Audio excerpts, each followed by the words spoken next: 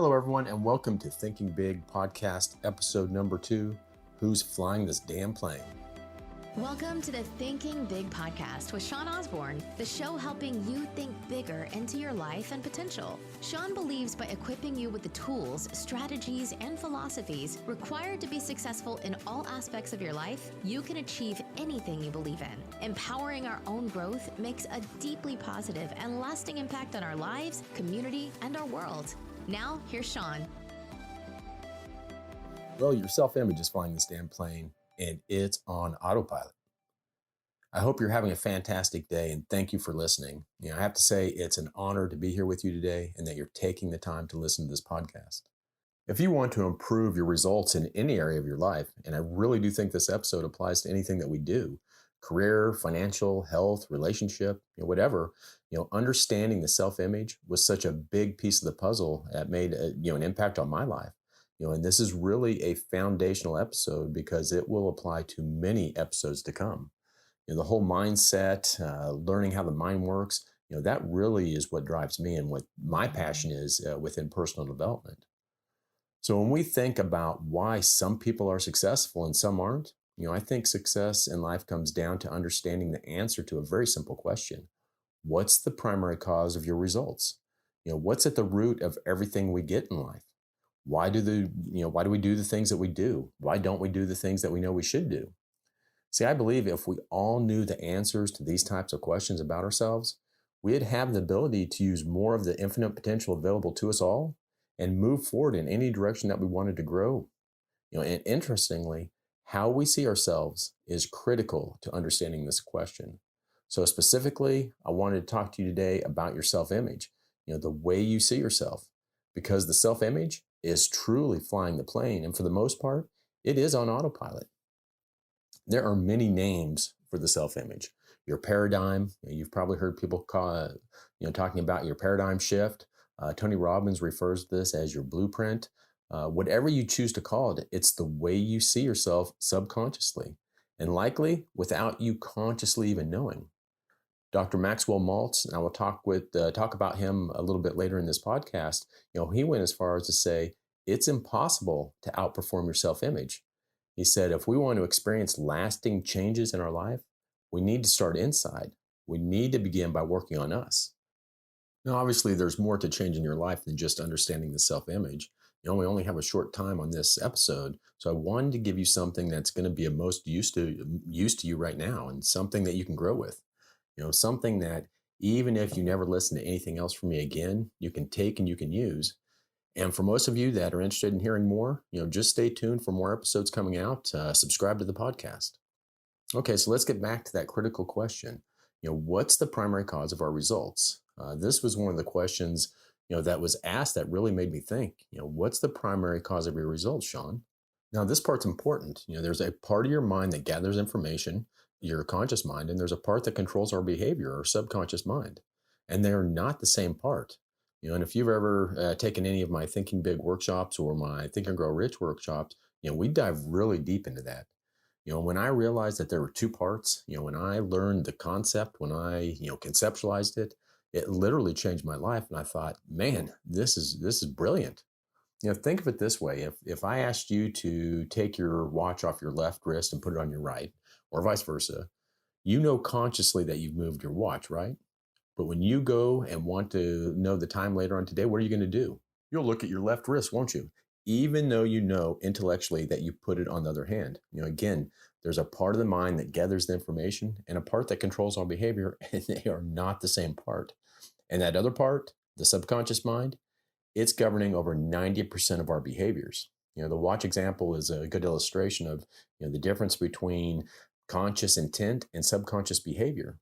But anyone who's ever set New Year's resolutions or gym resolutions, has experienced it firsthand too. Emerson said, and I love this quote, of what use to make heroic vows of amendment if the same old lawbreaker is going to keep them? That old lawbreaker, that's your subconscious mind. Think about it. Consciously, we're all for change. Yeah, I'm going to go on that diet, or I'm going to start going to the gym, or I'm going to get my finances ordered. Hell yeah, let's do this. I'm going to go after that promotion at work, whatever the F it is. But subconsciously, we really want to just keep everything as it is. and stay nice and comfy. Another 10 years on autopilot won't hurt. No tension, no worry, and no growth. Isn't it ridiculous on how much time we let slip by without us even realizing it? And don't kid yourself, we all do it. When you're drifting on autopilot, if you don't have a specific goal, you have nothing to assess your progress against, so you don't know how bad it is until it's too late. And while we're not thinking about it consciously, the part of us that governs our behavior, our subconscious, it just keeps giving us the same old shit week after week, month after month, year after year. Autopilot in a plane is a good example of this. The plane is actually off course 99% of the time, but it gets there every time. It's always correcting itself. This is something the plane does very well. It has a clear and precise target in mind. It gathers feedback on its progress, and it corrects when it's off course. You have to have a target in mind, a clear destination. You have to be moving to get feedback, and you have to correct when you're off course. There's something else that the plane does really well. How do you think a plane feels when it's off course? It doesn't take it personally, does it? How do we feel when we're off course? This is never going to work. It's hopeless. I can't bear it. I'm a bad person. Who do I think I am? This process of setting an objective, taking some action, assessing the action as good or bad, and correcting the behavior, acting again, reassessing, reacting until we finally achieve our goal. This process, or really this corrective mechanism at work, is called cybernetics. And the key components of a cybernetic mechanism are an objective, an engine of change, and a means of assessing the feedback. Earlier I mentioned Dr. Maxwell Maltz. Well, he was a plastic surgeon in the 1960s, and he wrote a book that sold, 40 or 50 million copies called Psycho-Cybernetics. It's a great book. Got to read it. Matter of fact, I'll put a link to it in the show notes. And as a plastic surgeon, of course, he performed surgeries on people, in some cases, drastically altering their appearance. And he observed several interesting things. Sometimes when changes were made to a person's appearance, it had a big effect on their whole life. And sometimes it had absolutely no effect. He mentioned in the book one lady that he operated on had pretty big changes to her face, her nose, her face, and really big changes to her appearance. And after the operation, she looked in the mirror and said, I don't see any difference. So he pulled out, photos and showed her before and after pictures. And she said, okay, I see I look different, but I still feel ugly. And this is what really led him to the realization that, we all have another image, an internal image, an image of ourselves that's inside, a mental image of how we see ourselves. And that this image doesn't change just because we, change physical body. So as weird as it sounds, this is when he realized that there's not necessarily even a link between the two. He then went on to explore this whole area in great detail, which led to the book Psycho-Cybernetics. And what he found is that, in the same way that the autopilot of a plane regulates the plane's controls forward, to the predefined goal or objective, the self-image in the individual regulates behavior towards a pre-programmed objective. And that pre-programmed objective is the self-image itself. This is huge. And again, he concluded it is actually impossible for an individual to outperform the self-image, or at least for very long. Think of it like this. The pilot of a plane, your subconscious, can override the autopilot, your subconscious, for a little while. But as soon as the pilot goes off to do something else, get a cup of coffee, go to the bathroom, the plane's autopilot pulls the plane right back on course again. And the self-image does the same thing to our behaviors. Sure, we can think and act, differently for a time, focus on a diet, focusing on getting our finances or whatever. But as soon as we lose concentration or focus on something else, boom, our autopilot takes over and gently guides us back in the direction it calculates we need to be going for our results to match the image we hold inside. This whole process explains why people struggle so much in losing weight or going to the gym or setting New Year's resolutions or really changing any habits in their lives. Consciously trying to control our behavior is never going to work. We think it will. It seems to make sense that it will, but it's actually exhausting. And as soon as our attention wanders to something else, then we slip right back into our habitual way of behaving and thinking.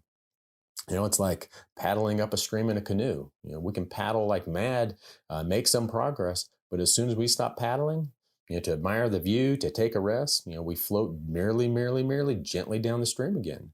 If we want to change the results we're getting, we need to change the predetermined destination. We have to change the self-image. I will bet anyone listening to will themselves to sweat. Just will yourself to sweat. The first person that can will themselves to sweat, I'm going to give them $100. And I doubt I'm going to have to pay anybody out. Do you know why you can't will yourself to sweat, or at least directly? Because sweating is a function governed by the subconscious mind, but the will, it's a conscious faculty. And the more you try to use your will to control something governed by the subconscious mind, the more difficult it becomes. See, we all have an idea, an image of how successful we should be, how healthy we should be, and it's programmed into us. And if we want to change our results permanently, we have to change that image. And the kicker is, you're probably not even aware of what it is, but I can tell you, you are exactly where you are because of the image you have. Let me give you an example of what I mean here. Imagine that a salesman earns $120,000 a year. Makes math easy for me. So on average, he earns $10,000 a month every month. Well, let's say for some reason he goes out and earns $30K one month. Maybe he got lucky break, got introduced to some new clients by a friend, whatever the reason. Let's say in 1 month he earned $30K. His self-image will pick up on the deviation from his set goal, which is seeing himself as a $120K a year person, and the message will be sent to his behavior, which is then altered accordingly. Maybe he starts taking it easy, doesn't go into the office for a week or two, maybe even gets an illness. And yes, your subconscious can do that. It's a conniving little SOB, and it will do whatever it takes to deliver what it thinks you really want. But one way or another, the behavior has changed, and then he sells nothing for 2 months. Then his self-image picks up on the correction, and in the following month, he earns $10K, and by the end of the year, surprise, surprise, surprise, he's at $120K. We do the same thing with our health and diets. I mean, be honest. The last time you were on a diet, did you have a week where you lost more than you thought? Then talked yourself into a few cheat meals. Then eventually you took your focus off the diet and you were guided right back to where you started, didn't you? The self-image is the ideas and beliefs about us. Many, if not most, put in our minds by other people before we can even think for ourselves. Oliver Wendell Holmes said, "We are all tattooed in the crib with the beliefs of our tribe." You might not realize just how true that is. What's important about this is for the first 6 years of your life, your self-image is wide open and is in a super programmable state. So you were just soaking up everything in your environment at an alarming rate without the ability to question it. It's got nothing to do with genes. It's all environment. What's going on around you as a child pours into that open mind, and what sort of things go into your mind before you're 6? What are the thoughts? What are the thoughts that people around you and the environment around you when you were growing up? What ideas are being discussed or shared? What's the prevailing attitudes of the people around you when you were young? What's the held beliefs? What are the cherished opinions? What about the positions that people take on things, often without even really thinking about them, but they're soaked up as well. The prejudices of the people around you, the people that are worshipped, the people that are hated, the people that are mocked, TV shows, newspapers, passions, desires, everything, basically, everything in the environment is soaked up. It's kind of funny. My daughter is a huge Denver Broncos fan, even though she's never lived in Colorado. She's never been to a Broncos game. It's because that's who we rooted for when she was young. This is why people are predictable. It's more than the conscious intention. It's more than perception. It's the beliefs. It's the habits. It's all those things. So if it's impossible to outperform the self-image, then how do we change the self-image? First of all, you need to understand that it exists and become consciously aware of how we see ourselves. And you must become conscious of all that crap that was programmed into you. We need to make that unconscious image conscious. Carl Jung was a Swiss psychiatrist who really founded analytical psychology.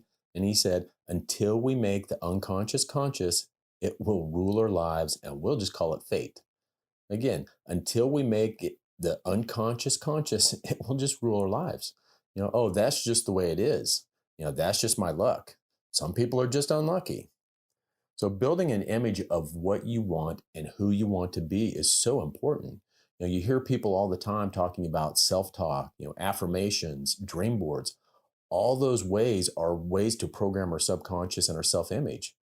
I don't really have time on this episode, but your subconscious has to accept whatever you impress upon it in the conscious mind. If you entertain an idea, it will get passed to the subconscious. What you say to yourself matters. What images you hold in your mind matter. You've heard those sayings, if you think you can, you're right. And if you think you can't, you're right. Do daily affirmations and gratitudes. Tell yourself all the time that you're awesome. Speaking of that, I kind of feel guilty, but not really. I actually taught my granddaughter to call me Mr. Awesome. She even got me a Mr. Awesome desk plate. If I ask her who I am, she says, awesome. At the end of all my calls and coaching, I end with always remember your future. You have to have that new image, that self-image so detailed in your mind that it's like a memory. In the early 90s, I met some of my mentors. The next 10 years were really a whole new chapter in my life. Everything changed. My success, my relationships, even my health and fitness. If this wasn't a podcast, I'd show you one of my very few before pictures, and it would literally burn your retina. They say it's like looking into the sun. I had that overweight image of my self-image. I needed new settings. And when I did, everything started to change for me permanently. Most of the things were so simple, but applying them needs to be automatic. It needs to be part of the self-image. The Babylonians had a secret to wealth. For every 10 coins you put in your purse, only ever spend 9. Well, that's easier said than done, isn't it? Because I'm not going without that new iPhone Pro Max. I know I can't afford to spend that much, but I'm not going without it. I remember hearing when I was young, if you've got money problems, more money is not the answer. For the longest time, I thought, that is the stupidest crap I've ever heard. Of course it's the answer. But people who are in the habit of spending everything they earn plus everything they borrow don't change when they earn more money. They get worse. And willpower won't cut it. You have to change the image. Now write this down. The desire, the imagination will overpower willpower every time. Your desire, your imagination, it will overpower any willpower you have. Willpower will lose every single time.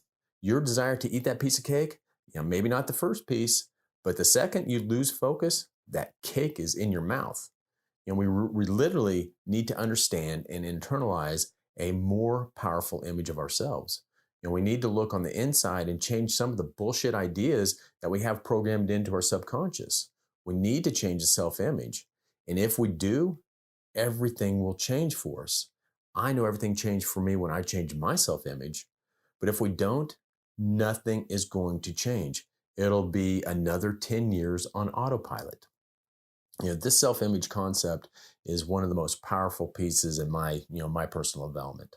The idea that we need to work on ourselves as much as we work on anything else is just, it's obvious when you think about it, but I just never did. So this is a powerful and important learning, and I'm so happy to have gone through it today because it's something that you can take and use whether you ever listen to one of my podcasts or not. Now, the start of changing your self-image is to make the decision. And indeed, the role decision plays at every step of the way, deciding who you're going to become at any given moment. Personal growth is transformational. It really is.